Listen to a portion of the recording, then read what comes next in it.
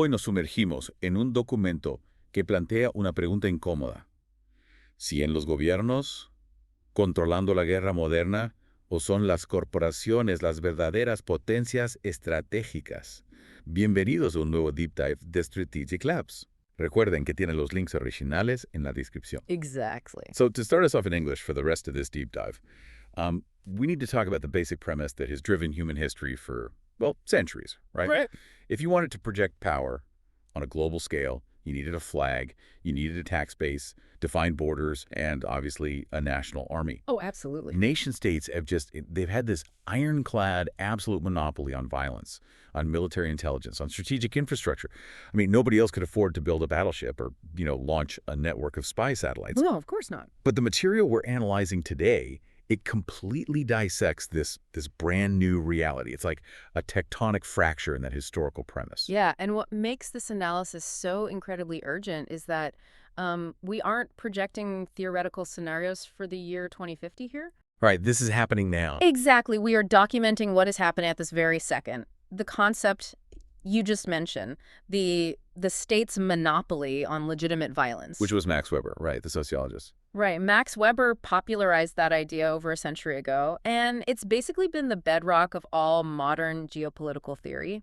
The whole idea was that only a recognized sovereign government had the legal authority and really the logistical and industrial capacity to organize military force on a massive scale. Yeah, the sheer scale of it. If you look back at World War I, World War II, or the Cold War, the entities designing secure communications networks or laying classified submarine cables or operating satellite intelligence. It was all government. Exclusively government actors. I mean, sure, private contractors assembled the parts, right? They built the tanks or the airplanes.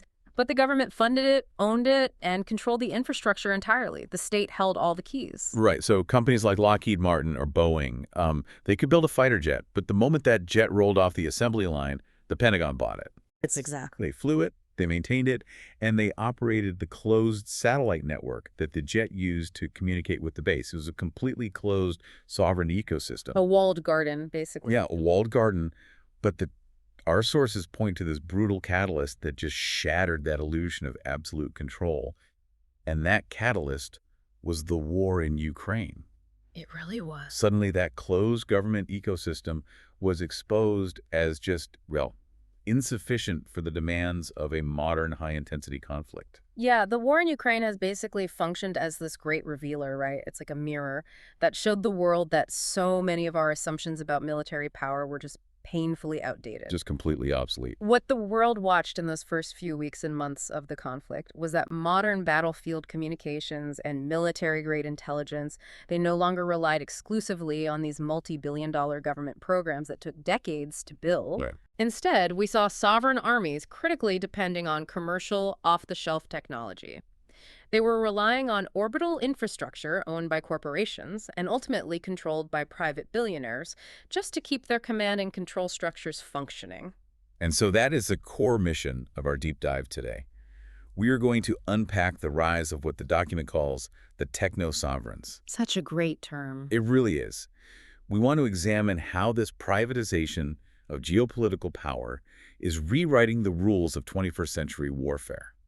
And for you listening, our goal is that by the end of this, you'll understand exactly why a software update sent from a corporate headquarters in California can actually have a bigger tactical impact than an entire battalion of tanks on today's battlefield. It sounds crazy, but it's true. It really does.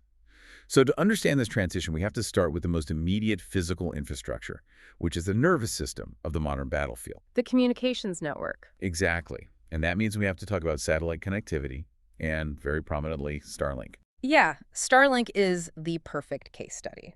Because to really appreciate the magnitude of this shift in communications architecture, you have to look at how military doctrine worked before these commercial low Earth orbit constellations were everywhere. Right, the old paradigm. Exactly. Historically, if an army needed satellite communications to connect troops deployed overseas back to headquarters, they relied on a highly centralized and, frankly, extremely slow procurement process. We are talking about systems where a single military satellite could cost $1 billion. Well, 1 billion. $1 billion. And it could take 15 years from the design phase to the actual launch. And they were positioned in geostationary orbit. Which geostationary orbit's roughly, what, 35,000 kilometers up? Around that, yes. Well, High altitude. and the problem with that massive distance is that even though one single satellite can cover a huge chunk of the planet, the physical signal takes a noticeable amount of time to travel up into space and back down, Right. which creates latency. Exactly. Physics imposes a hard limit there. You get immense coverage, but you pay for it with high latency and limited bandwidth when thousands of units are trying to connect to that one single node. Plus, the ground receivers are expensive, bulky, and really hard to hide. They stick out like a sore thumb. They do. But the most serious issue, from a purely strategic perspective, is that this architecture is incredibly fragile. Because you only have a handful of these exquisite, multi-billion-dollar satellites, every single one is a single point of failure. Right. If an adversary with anti-satellite capabilities manages to jam, hack, or destroy just one of those critical nodes, a massive portion of your operational command just goes dark. So, think about the traditional military procurement process, like a government deciding to build a custom, heavily armored vehicle. Okay, I like this. Like it takes 15 years to design, it costs an absolute fortune, and the armor is so thick it looks indestructible. But it moves incredibly slowly. It requires spare parts that only one factory in the world makes. And if an enemy manages to blow out its engine, your entire advance just grinds to a halt. Exactly. It's a juggernaut, but it's vulnerable. Right. So what a system like Starlink introduces, it completely changes the rules. It's not a giant armored vehicle. It's like a massive swarm of fast, cheap, agile motorcycles. That's a great analogy. Right. Like thousands of them, all interlinked in this mesh network. They don't have heavy armor, but they are flying very low in low Earth orbit at just about 500 kilometers up, which means the signal travels super fast and the latency is almost zero. Yeah, the low latency is key. And here's the genius of the swarm. If an adversary manages to shoot down 10 motorcycles or jam the radios of 50 of them, the swarm barely even notices. The software just reroutes the traffic around the dead nodes. The swarm never stops moving. And that distribution of risk completely alters the economics and the physics of military connectivity. By launching thousands of these cheap, small satellites into low Earth orbit, you create a resilient, high-bandwidth, low-latency mesh network. It's revolutionary. It is. When the war in Ukraine broke out, traditional telecom infrastructure, cell towers, fiber optic cables, radio stations, they were immediately targeted by massive kinetic and cyber attacks. Right, they wiped out the traditional grid. Exactly. So this private commercial constellation instantly became the operational backbone for the Ukrainian armed forces. And when our sources say operational backbone, they are very specific about what that means on a tactical level. Yes, they are. We aren't just talking about providing Wi-Fi so soldiers can text their families, though obviously morale is super important. Of course. We're talking about the actual command infrastructure. It's the primary conduit for disseminating artillery orders, sharing real-time intelligence from command centers to platoons in the trenches, and coordinating logistics.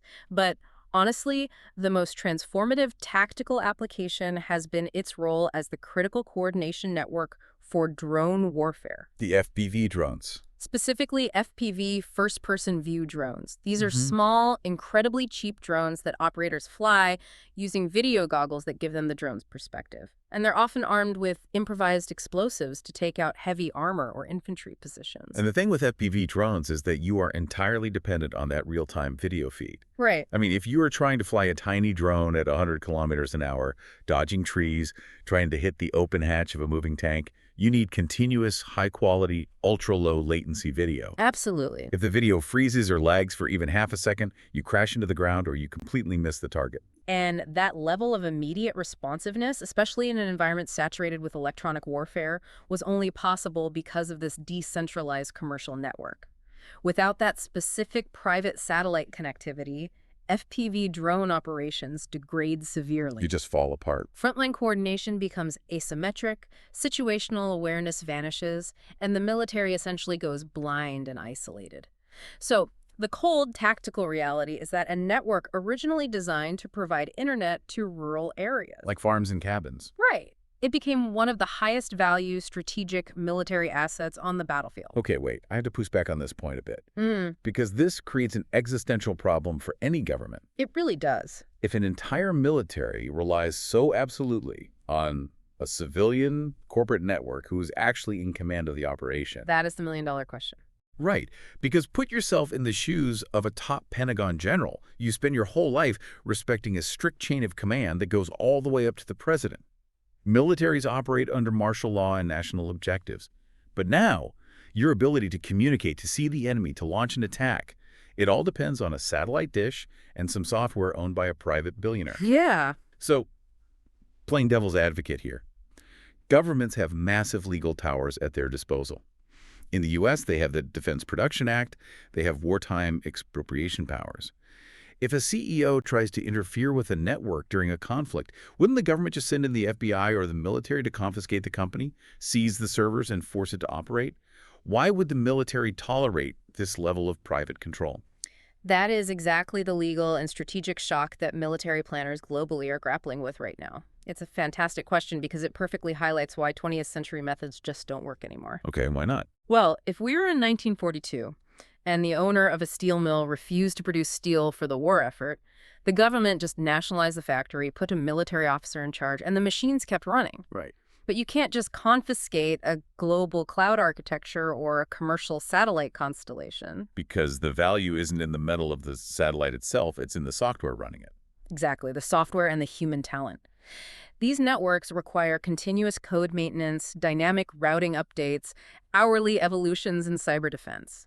You need thousands of highly specialized civilian engineers. You can't just draft them. No, you can't conscript them under threat of prison and expect them to innovate at that same blistering speed. Furthermore, a lot of the ground infrastructure and uplink stations for these tech corporations are physically located in allied countries all over the planet, totally outside the national jurisdiction of any single government. Oh, wow. I hadn't thought of that. Yeah, so the old paradigm of forced expropriation is obsolete. The state realizes it cannot run the system better than the corporation can. And that brings us to the critical point you made. The locus of control has shifted. The Pentagon can issue the order to advance and retake territory, but if the private network provider decides that their terms of service don't allow their network to be used in that specific geographic grid, the advance stops. That is wild. The fundamental infrastructure of war has quietly migrated from the public sector into private, corporate, civilian hands. And it doesn't even stop at communications. I mean, controlling communications is only half the equation of warfare. Right. You can talk to your front line perfectly, but if you have no idea where the enemy is hiding, that communication isn't going to help you win. Which brings us to how modern militaries actually see the battlefield. Yes. Our sources refer to this transformation as intelligence as a service, or the end of shadows. Because if private companies now own the nervous system of the battlefield, they are also increasingly owning the eyes. During the Cold War, and honestly up until just a couple of decades ago, high-resolution satellite photography was the absolute pinnacle of state secrecy. Top secret stuff. Exclusively a military domain. Think about the Corona satellite program or the U-2 and SR-71 spy planes. These platforms required budgets that only superpowers could sustain. And the imagery they collected was strictly compartmentalized. Yeah. Only a tiny group of analysts and government intelligence agencies with the highest security clearances ever got to see them. Information was a vertical state monopoly. Right, it's that classic spy movie trope. The president is in some underground bunker looking at grainy photos of missile silos in Cuba, and literally nobody else in the world knows those photos exist. Exactly. But the analysis we're looking at argues that that paradigm of state secrecy is completely dead. We've gone from a government monopoly to the total democratization of planetary surveillance. And that democratization brings immense strategic complications. Today, we are seeing private companies, commercial entities like Planet Labs or Maxar Technologies, and they have launched their own massive constellations of Earth observation satellites. And these aren't just taking blurry weather photos, right? At all. These aren't low-fidelity weather satellites. These systems are equipped with ultra-high-resolution optical tech, synthetic aperture radar SAR, which can actually see through cloud cover and operate in total darkness. Wow. And multispectral imaging sensors that can detect thermal signatures. These companies took a capability that used to define a military superpower and they turned it into a commercial service. So basically, geospatial intelligence is now just a monthly subscription model. That's exactly what it is. Hmm. Terrain analysis, tracking troop movements, monitoring the construction of new military bases, naval fleet deployments.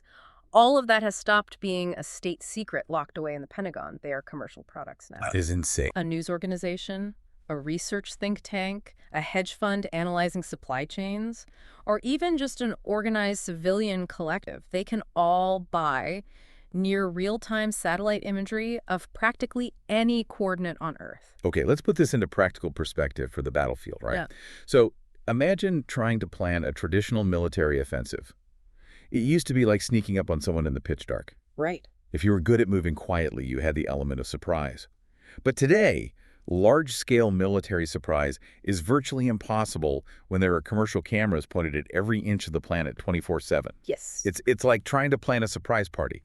But it turns out the guest of honor has the passwords to all the security cameras in your house, in your garage, and on your street. Oh, I love that. Right, and they're just watching you hide behind the couch in real time. You cannot hide the mobilization of 30,000 troops, hundreds of tanks, and the massive logistical fuel chain that they all require. The surprise party analogy perfectly captures the collapse of traditional strategic deception. This end of strategic secrecy has tactical ramifications that are forcing militaries to just throw out entire doctrine manuals. They have to start over. Think about the months leading up to the invasion of Ukraine. Long before the first shot was fired, the entire world watched the buildup of forces along the border in granular detail. And it wasn't just Western intelligence agencies leaking reports, it was open-source intelligence communities, OSINT. Right, OSINT. We are talking about decentralized networks of civilian journalists and independent analysts on platforms like X, Telegram, and Discord. These people are buying or accessing commercial satellite images while sending them with TikTok videos of trains carrying armor. Yeah, the TikTok train videos were everywhere. Exactly. And they geolocate the exact coordinates based on street signs and metadata. And then they publish precise order of battle maps in real time. The battlefield has become made of glass. So, if you are a general tasked with leading an operation, and you know for a fact that you cannot hide your armored battalions in a forest because a commercial satellite with synthetic aperture radar is going to see them through the leaves. Yep. And you know that 10 minutes later, a college student on another continent is going to geolocate them and post their exact coordinates online. How are you supposed to fight? Like, how do you survive that level of transparency? It demands a radical reinvention of survival doctrine. As the document details, since armies can no longer rely on geographic secrecy or basic visual camouflage, they have to master much more sophisticated forms of deception and concealment. Like what? Well, this involves using thermal mitigation blankets to hide engine heat from infrared satellites. It involves a strict discipline of emission control, or MMCON, because radio frequency emissions from radars and tactical radios are also tracked commercially. Oh, right, they can track the signal. Exactly. But the most vital tactic that has emerged from all this transparency is the absolute necessity of operational dispersion. Which means you can no longer group all your forces together in one massive staging area to create like an impenetrable front the way they did in 20th century wars. Precisely. The idea of massing entire divisions and staging areas is now just an invitation for disaster. If you group your forces, you are immediately visible to commercial networks, and if you're visible, you become the target of precision-guided munitions. You're just a sitting duck. The era of hidden mass mobilization is over. Today's military forces are forced to operate dispersed in small, highly mobile units, staying kilometers apart, and only converging on a specific point at the last possible second to execute an attack before immediately dispersing again. Wow. And this is where the entire architecture ties together. Coordinating that ballet of tiny, dispersed units to act in unison requires exactly the private, resilient, low-latency communication networks we discussed at the beginning. Everything is connected. Yeah. You need the private swarm of communication satellites to coordinate your dispersed troops, Right. who only have to be dispersed because of the private swarm of surveillance satellites watching them. It's an entire warfare ecosystem driven by the private sector. That's exactly what it is. And this leads us directly into a monumental problem. We've established that corporations now hold both the communications infrastructure and the intelligence apparatus. Now, we have to look coldly at their motives. Because, as our sources highlight, what exactly happens when a corporation's goals clash directly with the military objectives of a sovereign nation at war? This is probably the most dense ethical, legal, and strategic dilemma in our analysis. We have to break down the fundamental conflict of incentives between a nation-state and a public or private corporation. Let's do. When a government makes the decision to go to war, its incentives are singular and often existential. A state is looking for strategic victory. It's looking to maintain escalation dominance, meaning the ability to dictate the pace and intensity of the conflict, and is motivated almost entirely by national interest and regime survival. To achieve those goals, a government is willing to absorb catastrophic financial losses, endure massive damage to its international PR, and incur existential risks that no company could ever tolerate. Exactly, because a corporation operates in a universe with completely different rules. I mean, a tech company is not designed to win territorial wars or defend the border. It's designed to generate value. Entirely. Yeah. Corporations seek stability above everything else because geopolitical volatility destroys supply chains and spooks the markets. They seek profit, obviously, to satisfy their shareholders. But in the context of a global conflict, what they desperately seek is reputational survival and legal protection. Legal protection is huge. Think about the architecture of a multinational tech company. They have offices and employees in dozens of countries, global shareholders, and physical infrastructure that has to operate under the regulatory regimes of multiple governments that often have opposing geopolitical interests. Right. They have to play nice with everybody. If a company's satellite or cloud infrastructure is used to facilitate an offensive military attack that results in lethal casualties, that corporation could immediately face legal liability under international law. Or they could violate arms export laws like ITAR in the United States. They could be sued, or worse. Exactly. They could even be designated as co-belligerents in the conflict, which would turn their data centers and civilian engineers into legitimate military targets. The risk profile of a corporation is, by fiduciary design, intrinsically conservative compared to the risk appetite of an army at war. Let's make this very concrete, because this poses a terrifying reality for any defense ministry. What happens when a corporation, based on its own legal team and its internal risk assessment, decides that its infrastructure shouldn't be used for certain critical offensive operations? Right. And we aren't talking about theory here. Our sources cite real, heavily documented examples of geopolitical debates over usage limitations, like the implementation of restrictions on the Starlink network in highly contested regions of Ukraine. Yes. And without getting into political value judgments about those specific events, because our job here is to analyze the mechanics of power, we can observe the raw structural reality that those incidents exposed. What did they expose? There were instances where private providers of these satellite networks implemented geofencing, which are basically digital geographic barriers written into the code that deliberately prevented connectivity from functioning in certain actively disputed areas. Wow. The stated corporate objective was to prevent their commercial network from being used as a direct guidance system for drones and offensive strikes, for instance, against naval fleets. The company's rational calculation was that their system was provided for defensive communications, humanitarian aid, and basic civilian connectivity. They didn't want to be a weapon. Exactly. Yeah. They refused to be the conduit that facilitated a military escalation that, in their assessment, could trigger a much wider conflict or even a nuclear response. But wait a minute. The implications of that are seismic. You're saying that a CEO's fear of a PR disaster, or their personal calculation about global nuclear escalation theory, or just the legal department worrying about shareholder liability, that can literally halt the military advance of a sovereign nation in its tracks. Yes. Like a group of executives in a boardroom in Silicon Valley can look at a map, decide, no, authorizing connectivity for that amphibious assault represents too high a risk for our international brand, and they can effectively disarm an army in the middle of a decisive battle just by flipping a switch. That is the deeply uncomfortable truth that the documents underscore. Historically, the rules of armed conflict, international humanitarian law, decisions about what constitutes a proportional attack or what geographic targets are off-limits, all of this was the exclusive domain of states. Right, that's what treaties are for. They were norms debated in the UN General Assembly, meticulously codified in treaties like the Geneva Conventions, and managed through complex military alliances like NATO. Now, whether inadvertently or intentionally, tech corporations are beginning to dictate the rules of war. Simply by enforcing their terms of service. Yes. It's mind-blowing. Think about this for a second. Mm. The same terms and conditions contract that you just blindly scroll past and click accept on when you update an app on your phone Hmm. that is functioning right now on the global stage as if it were a peace treaty or an arms control convention. It is a tectonic shift in global governance. By having technical control over battlefield access and the availability of the intelligence feed, these corporations are unilaterally setting the limits of military escalation. Right. If a military general's staff knows for a fact that their critical communication network will automatically disconnect if their troops cross a specific GPS coordinate, that army simply cannot plan or execute an offensive beyond that digital line. They're boxed in. The corporation, without firing a single shot, has basically drawn a de facto demilitarized zone using purely software updates. Private infrastructure has ceased to be just a neutral tool that militaries use. It has become an actor with agency that shapes and restricts the very boundaries of armed conflict. Which forces us to completely redraw our mental map of who actually holds power in the modern world.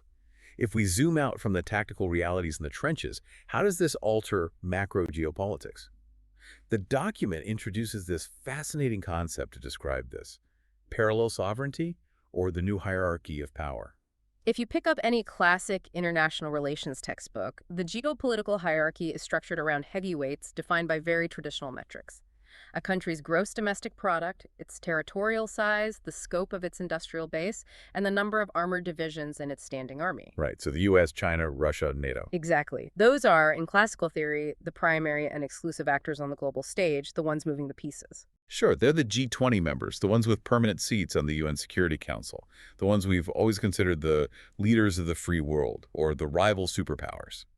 However, the central thesis of our analysis reveals the emergence of a completely new parallel layer of sovereignty that runs beneath and above those states. We are talking about corporate entities like SpaceX, Amazon Web Services, AWS, Microsoft Azure, Google, Palantir, and a handful of other tech giants. The techno-sovereigns. Right. Of course, they aren't countries, they don't have passports or a national anthem, but they possess and control technical and infrastructural capabilities that overwhelmingly exceed the capabilities of most nation-states on the planet. And in certain critical domains like artificial intelligence, cloud computing, and orbital architecture, they directly compete with or outright surpass the biggest superpowers. And I think it's really important to break this down carefully because it's so easy to just make a list of the wealthiest tech companies, look at their market cap on the stock exchange and say, wow, they're very powerful because they have billions of dollars. But the analysis isn't talking about their financial wealth. It's talking about the type of physical and digital power they wield. It's not a question of money, it's a question of the strategic assets they monopolize. Exactly. Their power doesn't emanate from their cash reserves, but from the fact that they built and now control the fundamental infrastructure of the digital age, which inevitably has become the fundamental infrastructure of modern warfare. Right. These companies control vast global data centers, the cloud infrastructure where governments store their most classified secrets. AWS and Microsoft, for example, host massive levels of data for Western defense departments. They hold the keys. They own the AI architectures that militaries desperately need to parse mountains of sensor data and accelerate the kill chain. They own the satellite constellations and a huge portion of the undersea fiber optic cables that cross the oceans. So if you're a smaller country, If you are a mid-sized nation, say, a strong regional power in Europe or South America, you simply do not have the budget or the technological base to build your own global network of secure servers or launch a swarm of 5,000 satellites. you just can't. You have no other choice but to rent that critical infrastructure from these techno-sovereigns. You become their client for your own national defense. And there is a massive asymmetric advantage that these corporations have over any traditional government, no matter how powerful. And it's a point our documents heavily emphasize. Speed. The sheer speed of iteration. Oh, yeah. Like, for you listening, think about how long it takes your local city government to approve the budget to fix a pothole on your street, hire the company, and finally do the work. It can take years. Easily. Now compare that to how fast the company that made your phone designs a new operating system, patches complex security bugs, and pushes it wirelessly to 3 billion devices across the entire planet overnight. Now apply that disparity in speed to weapons development and global cyber warfare. That asymmetry in speed is arguably the most severe structural vulnerability of traditional states in the 21st century. Governments, especially in democracies, are constrained by design. Their structure includes bureaucracy, and that bureaucracy doesn't just exist to be annoying. It exists to guarantee accountability, prevent corruption, and ensure taxpayer money is spent through due process. It's a feature, not a bug. Exactly. But it means they have procurement cycle spanning multiple years, strict regulations, congressional committee oversight, and the inertia of having to maintain obsolete legacy systems. Because of this institutional friction, governments move at a glacial pace. It takes forever. The Pentagon can easily take 10 or 15 years to draft technical requirements, solicit bids, evaluate prototypes, resolve legal disputes between contractors, and finally deploy a new radar communication system to the field. And by the time that system finally reaches the soldier's hands, the technology inside it is 10 years behind what you can buy in a commercial electronics store. Absolutely. Conversely, Silicon Valley corporations and these new agile defense contractors operate on a time rhythm that is completely alien to military bureaucracy. They use agile software development methodologies where delivery and integration are continuous. But iterating constantly. They iterate not in cycles of years, but Right. daily, sometimes hourly. They take real battlefield usage data in the morning and write new code by the afternoon. Wow.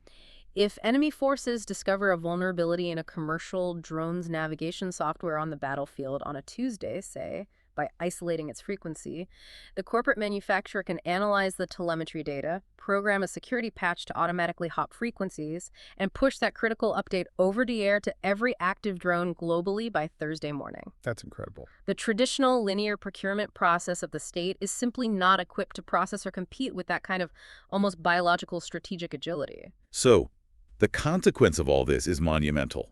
The map of global alliances is mutating.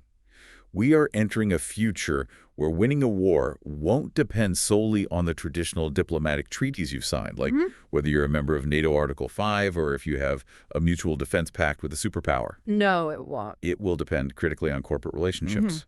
It will depend on which nations have managed to maintain the best commercial partnerships with these private entities. That is the inescapable conclusion of current geopolitical analysis. Traditional diplomacy is irreversibly merging with tech and corporate diplomacy.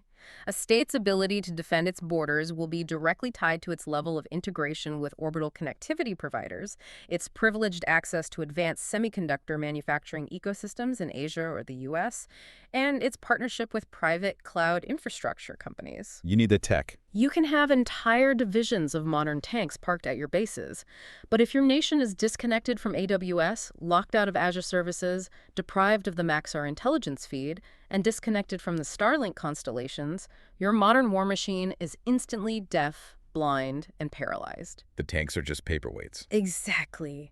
The tanks become simple, static blocks of metal incapable of coordinating effective fire. Which brings us directly to the climax of our deep dive today, the ultimate destination of this tectonic shift. If controlling physical territory and the number of steel tanks are no longer the ultimate measure of global power, what is? We have to face the need to redefine what it actually means to be a sovereign nation in the digital age. To really grasp how radical this paradigm shift is, we have to go back to the beginning and re-examine the historical definition of sovereignty that has governed our lives. The Westphalian system. Right. Under the Westphalian system, which emerged in Europe in the 17th century and forged the modern international order, sovereignty was strictly synonymous with territorial control. It meant you had clearly delineated borders on a map, an unquestioned central authority ruling within those physical limits, and an absolute monopoly on the use of force to repel any invader. It was simple. Very simple. The equation was, if you physically controlled the land, the airspace, and the coastal waters, you were sovereign. But our sources suggest that that equation is totally broken. They claim we're entering an era of fragmented sovereignty because the battlefield of the future, which is defined by algorithms and bandwidth, doesn't seem to care at all about the rivers and mountains that mark national borders. It doesn't care because the decisive domains of modern conflict are, by nature, non-territorial. They are cyberspace, the electromagnetic spectrum, and orbital space. The contemporary battlefield is defined by who controls the data pipelines, who operates the satellite infrastructure floating high above sovereign national airspace, and who owns the black box algorithms powering AI targeting systems. Right. This is the paradox of the modern leader. You can have absolute perfect military control over every square millimeter of your physical territory. But if a corporation headquartered on another continent controls the encrypted servers hosting your government's intelligence, and a group of private investors controls the satellite network your army uses to send orders to the troops, to what extent are you truly sovereign? It's a brutal analogy, but essentially you become a tenant living in someone else's digital country. Like the state is the landlord on paper, but the corporation is the one that actually holds the master key to the building's plumbing and electricity. Exactly. Sovereignty is fragmenting in ways that current international law doesn't know how to process, because the infrastructures that sustain the very existence of the state have migrated to private entities operating beyond its direct control. The state just signs the papers. The state retains nominal authority, it issues the passports, signs the laws, and formally declares war. But the corporations possess the continuous functional power, the actual capacity to execute and sustain those actions through technology. This invisible, silent transition of infrastructural power is the essence of what we call the rise of the techno-sovereign. So, to condense and summarize this massive paradigm shift for everyone listening, the unforgiving verdict of our deep dive today is that governments still have the armies, they still have the aircraft carriers, the heavy artillery, and millions of men and women in uniform under their flag. Yes, they do. But tech corporations control the underlying software, they operate the orbital systems, and they own the data networks that those armies fundamentally require to not go blind and to survive in 21st century conflicts. The central theme of the document leaves no room for ambiguity. The age of the techno-sovereign is not a sci-fi prediction. It is current operational reality. The paradigm has irreversibly changed. In contemporary warfare, the army with the most troops or the biggest guns simply does not win if its troops are deaf, its intelligence is blind, and its units are disconnected. The connection wins. The most resilient connection is what prevails. The entity, whether state or corporate, that controls the network will inevitably dictate the outcome of the conflict. It is nothing less than a total rewrite of the architecture of global power. And that leaves us with one final thought, a highly provocative question for you to analyze on your own, building on everything we've unpacked today. It's a dark thought. It really is. If the private infrastructure of a multinational corporation, its satellites, its cloud servers, its AI engineers, now constitutes the absolute, undeniable backbone of a sovereign country's national defense, at what exact point do adversaries stop viewing these tech giants as private, publicly traded, civilian companies and start treating them as primary legitimate military targets? Right. If a rival army realizes it cannot defeat the troops on the ground, will it start launching ballistic missiles at massive civilian server farms located in residential areas, or use kinetic anti-satellite weapons to pulverize commercial constellations in space? And if an American or European private company suffers a massive attack in cyberspace or Earth orbit, does the host country go to an all-out global war just to defend a corporation's profit and loss statement? It's a new, deeply interconnected, confusing, and dangerously fragile world. Llegamos al final de este extenso análisis. Si les sumo valor, compartan y suscríbanse a Strategic Labs. Hasta la próxima.